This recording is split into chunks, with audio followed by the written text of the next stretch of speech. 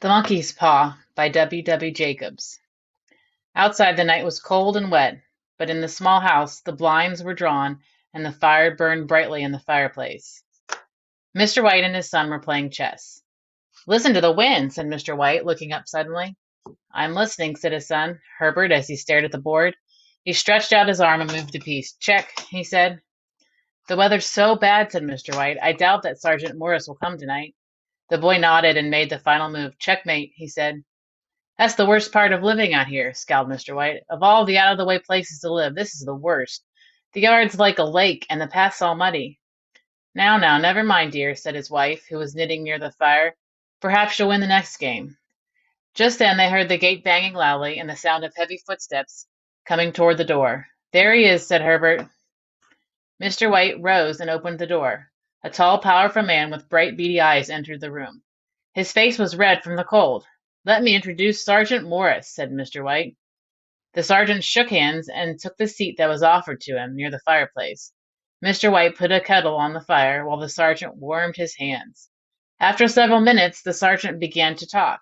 The little family circle listened with eager interest as he spoke of the distant places he had visited.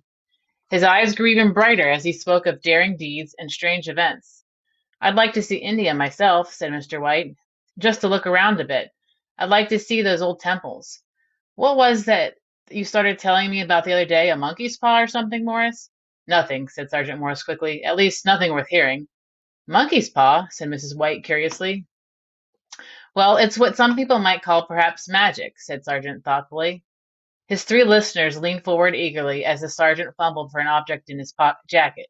He took something out of the pocket and showed it to them. To look at, he said, it's just an ordinary little paw, dried up and dirty. Mrs. White drew back with a look of shock on her face, but Herbert took the paw and examined it curiously. And what is there special about this? Asked Mr. White, as he took the paw from his son and placed it on the table. It had a magic spell put on by a fakir, a holy man in India.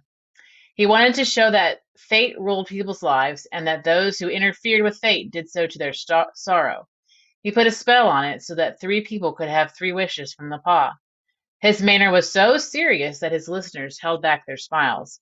Well, then, why don't you have three wishes, sir? Asked Herbert White. The sergeant stared at the young man and shuddered slightly. I have, he said quietly, and his face turned pale. And did you really have the three wishes granted? Said Mrs. White.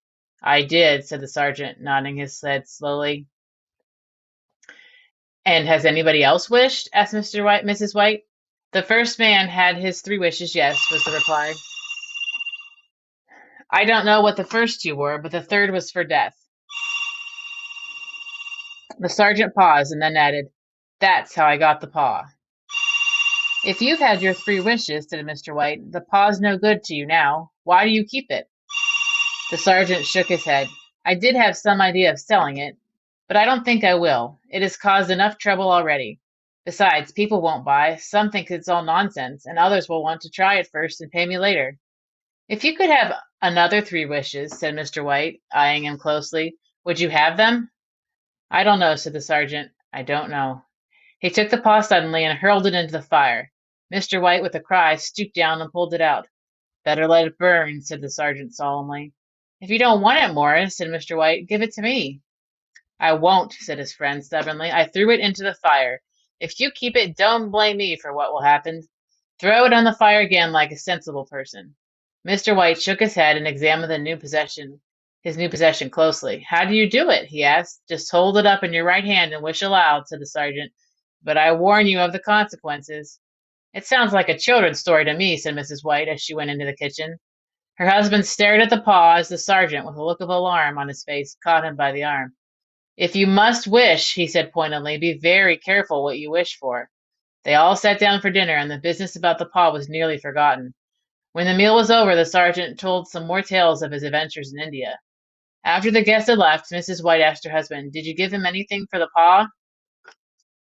Just a little something, he answered. He didn't want it, but I made him take it, and he begged me again to throw it away. Why, father, said Herbert jokingly, we're going to be rich and famous. Wish to be a king, father. That's a good way to start. And he and his mother marched around the table, saluting him cheerfully. Mr. White took the paw from his pocket, eyed it questioningly. I don't know what to wish for, and that's a fact, he said slowly. It seems to be I've I've got all I want. You'd be glad to pay off the house, wouldn't you? Said Herbert with his hand on his father's shoulder. Well, wish for $500 then. That'll just do it. His father held up the paw as Herbert winked at his mother. I wish for $500, Mr. White said very clearly. No sooner had he finished saying those words than a loud shuddering cry came from the father. His wife and son rushed toward him. It moved, he cried, with a glance at the paw as it lay on the floor. As I wished, it suddenly twisted in my hand like a snake. Well, I don't see the money, said Herbert, as he picked up the paw and placed it on the table, and I bet we never will. It must have been your imagination, said Mrs. White, looking worriedly at her husband. He shook his head. Never mind, then, he said. There's no harm done. Still, it gave me a shock just the same. They sat down again by the fire. Outside, the wind was howling harder than ever. Mr. White jumped nervously at the sound of a door banging upstairs. As usual, an unusual silence settled on all three until the couple rose to go to bed.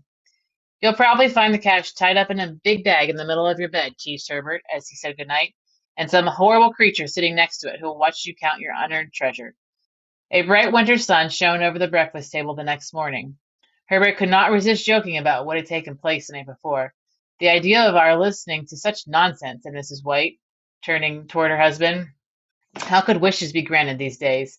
And even if they could, how could $500 hurt you? Might drop on his head from out of the sky, Herbert said, laughing. Still, said Mr. White, Morris seemed so serious about it, and about how bad luck always following the wishes. Well, don't spend all the money before I get back, said Herbert, smiling as he rose from the table to leave for work. Mrs. White laughed and followed him to the door. She watched him go down the road before returning to the table, and although she made light of the paw, she seemed somewhat nervous all day and rushed to the door at the slightest noise. I guess Herbert will have some more funny remarks to make when he comes home from work, she said as they sat at lunch. I suppose so, said Mr. White. Still, say what you will. That thing moved in my hand, I'm sure of it. You mean you thought it moved, said his wife. No, I'm certain of it, he replied. I tell you, it moved. What's the matter? His wife did not answer. She was watching the mysterious movements of a man outside. He seemed to be making up his mind whether or not to come to the door. 3 times he stopped at the gate, and then